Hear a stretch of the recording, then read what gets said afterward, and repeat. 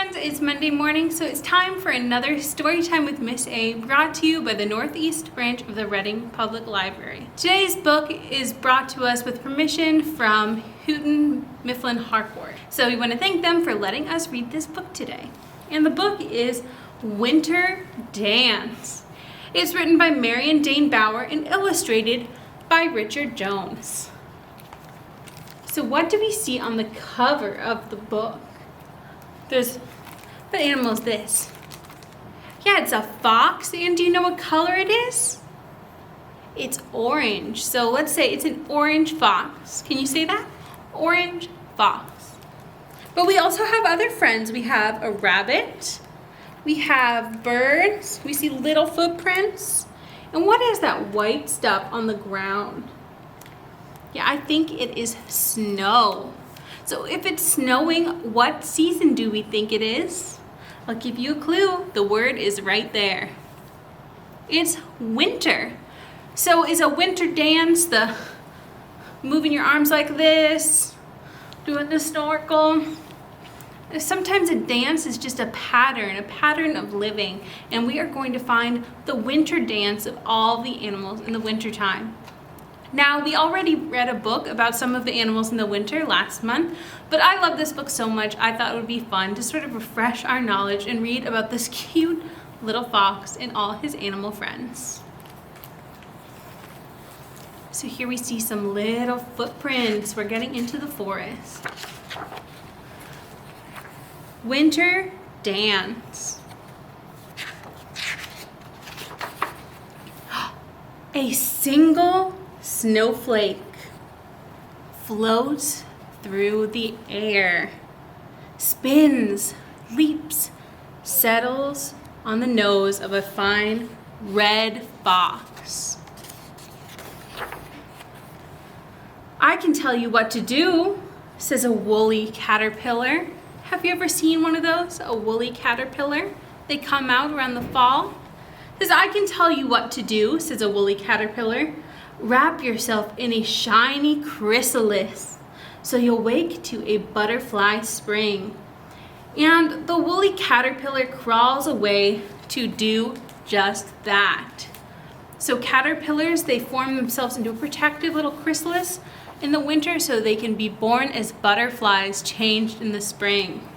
But can the fox do that? Do foxes turn into butterflies?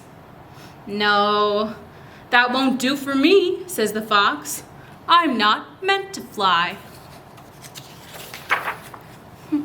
I can tell you what to do, a turtle calls. Tip your tail to the sky and swim down, down, down to bury yourself in the slick, cool mud. And the turtle does just that. Can the fox bury himself in the mud and sleep underwater until the winter's over? That won't do for me, says the fox. Mud is much too muddy. Let me tell you what to do, whispers a bat. Zig and zag and swoop into a cave. Then hang by your toes and go to sleep. And the bat does just that. So it's dark in the cave, it's hard to see, but do you see our bats hanging there? So bats in the winter, they stay and they hang upside down to sleep in their cave. But do foxes hang from the ceiling and sleep upside down? No, that won't do for me, says the fox. My toes would get tired. Plop! An acorn drops from a tree. So the acorn hit him on the head. And what friend dropped our acorn? What climbs around in a tree and eats acorns? A squirrel. I can tell you what to do, chatters a squirrel. Gather, gather, gather, then quick, quick, hide everything away. And he scampers off to do just that. So here it's hard to see him because he's well camouflaged, but here is our squirrel trying to gather nuts so they can hide them away for the winter time. Maybe you've seen a squirrel do this. Have you seen a squirrel digging around in a park or a yard? Looks like it's trying to find something. Well, it's either looking for nuts or it's already found them and it's burying them to keep them safe until the spring. Well, do you think foxes eat acorns and hide them everywhere and then sleep in a tree? No, that won't do for me, says the fox. I don't even like acorns. Now, what animal is this? I love this animal. Maybe you've seen them honking, flying by in the sky around the fall. It's a goose. These are geese. We'll tell you what to do, geese honk from the sky. Flap your wings and fly away to warm days and silky soft nights. Can you flap your wings like a goose? Yeah, they are flying to some place warm. Now, can the fox fly away to someplace warm? No, like we already said, foxes don't fly. Well, going, gone, the geese do just that. But that won't do for me, says the fox. I belong here in the forest. And what animal is that? It's a rabbit, but specifically this white rabbit is called a snowshoe hare. So a snowshoe hare hops by in his new winter coat. So this winter coat, it looks like snow, doesn't it? And so the snowshoe hare says, I can tell you what to do. He says, turn yourself white to match the snow. And the snowshoe hare, who has done just that, disappears into the whitening world. So can you see the snowshoe hare in the snow here? Yeah, it's hard to see, but he's right up there. His coat matches the snow, so it's hard for people to find him, and his coat keeps him warm. Can the fox turn his coat white? That won't do for me, says the fox. I love my red fur. So this red-orange fur. Well, he doesn't want to change it, so I guess he can't do that. Ooh, what animal is this big one over here? That's a bear. Yes, a bear. I can tell you exactly what to do, says a great big bear. Curl beneath the roots of a tangled, toppled balsam tree and tuck all your growls away. And the great black bear does just that. So what do bears do in the wintertime? They curl up somewhere safe and sheltered and they go to sleep. That won't do for me at all, says the fox. I'm not a bit sleepy. Yeah, he's not sleepy at all. Look, he's playing, chasing the snowflakes. Hush, the wind sighs. Hush. The fox lies down on the forest floor and puts his nose between his paws. The sun slides down the blue bowl of the sky. Hush, the wind says again. So when we say hush, what do we mean? We mean to be quiet. So can we tell the fox, hush, like the wind does? Let's do it together. 3 times. 3 times. Hush, hush, hush. The fox hushes. More snowflakes land on his nose. And then a whistle. Soft, soft. A white-tipped tail and golden eyes. I can tell you what to do, says a fine red fox, bowing low. So finally he has found another fox. Surely another fox knows what foxes do. What could it be? So here is this fox's advice. when a million snowflakes fill the air, twirling, tumbling, spinning, waltzing, you and I join them.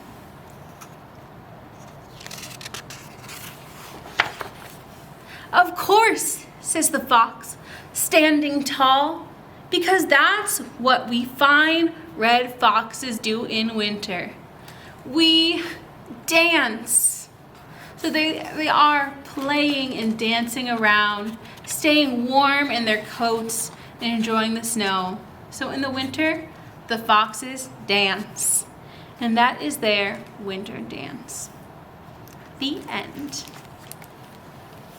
So I hope you liked that book. I think it is just so cute. And now what we're going to do for our craft is just a little fox collage. I think most people just love foxes. They're always a favorite animal of so many people, including me. I think they're so cute.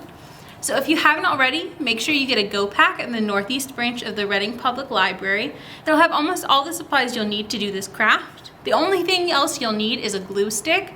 If you don't have one at home, don't worry, just let us know with the library and we're happy to give you one. Keep watching if you'd like to learn to do the craft, and don't forget to pick up the supplies at the library. So you'll only need a few different things for this craft today. And like I said before, most of them should be in the Go Pack. So in your Go Pack should be a chart, a black piece of paper that we're going to use for a collage base, white paper, orange paper, 2 googly eyes. I've just got a box here. And then you'll also need a glue stick and optionally a black marker. So the first thing we're going to do is take our white and orange papers and we're going to rip them up into little pieces. So for kids, it's a good way to practice your 3-finger pinch. You want your thumb and then your four and middle finger. Pinch them together like this. We're going to pinch the paper, pinch it with the other hand, and pull with one of your hands while the other one stays still. And that's how we rip it up into little pieces. So adults, you can help your kids if you'd like, but otherwise we are going to just tear away.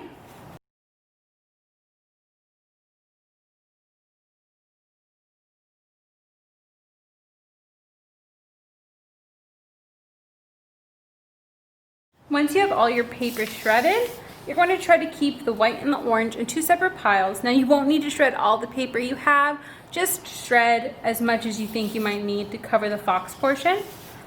So I'm going to push my orange to one side and my white to the other, just to make it easy for me. So if you look at this diagram,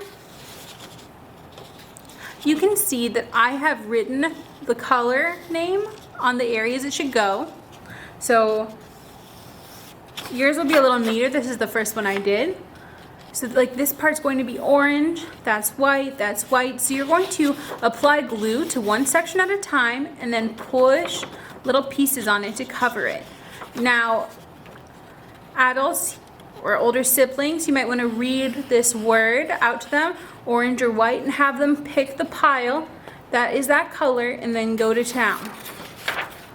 So I'm going to do that section by section. So I'll show you one section first. So this tail says orange here, except for the tip.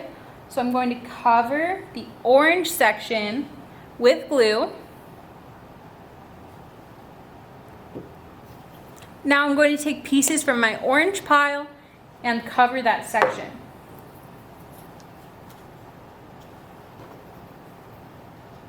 And it's okay if it goes out of the lines a little bit.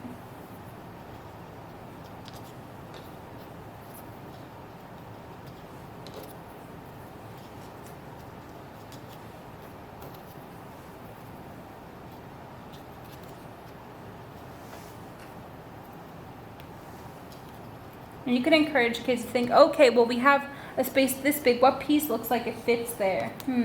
Well, this one looks like it fits over here, so I'll put that one there. Do we have a little one for that space? Could we make it littler by making it another piece smaller? Stuff like that. Get kids to match up shapes while being creative and having fun.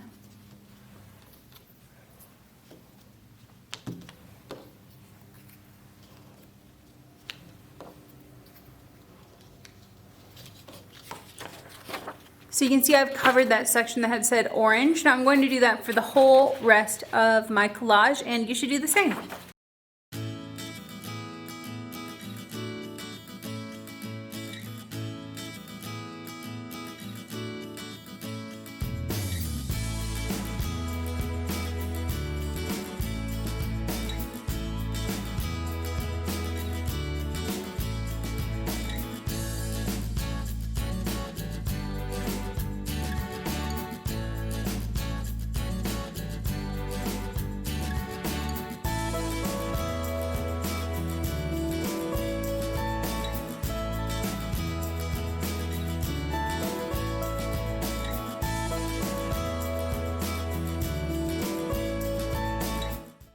Alright, so as you can see, I've put all my collage pieces on. Now, once your collage pieces are all on and it's all filled in, there's really only 2 more steps. So for the first one, I'm going to draw a nose onto my fox. I'm going to use a black marker. You could use a little black piece of paper. You could leave a black spot on your paper when you're gluing. You could use a pencil, use a black marker. It doesn't matter. I'm just going to add a nose. You could do a little triangle there. You could draw it onto the bottom. I think I'm just going to draw mine onto the bottom here.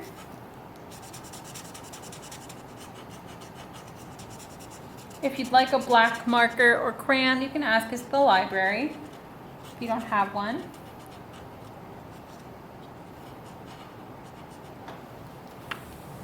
Alright, so I have a nose for my fox. Maybe I'll make it a tiny bit bigger.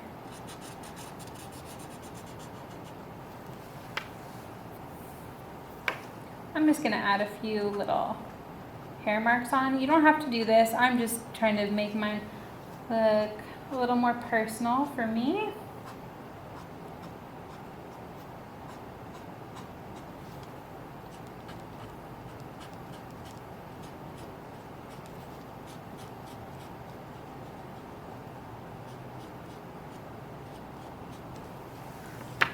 I think I'll do it to the tail too. Just a couple little lines to make it look cute. That's totally optional. But now our final step after the nose is on, you'll take your 2 googly eyes, and they do have a sticker backing, just to remind everyone. So they have a sticker backing. You're just going to peel it off and stick them on, and our fox will be done.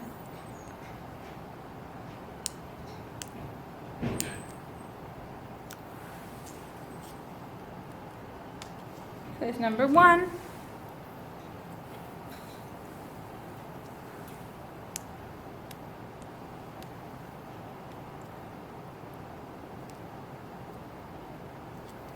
And number 2. So my fox collage is complete. Alright friends, so I hope you had a good time today. You enjoyed our story and our craft, and hopefully you'll join us next Monday at 10 a.m. for another story time with Miss A, brought to you by the Northeast Branch of the Reading Public Library. Bye friends!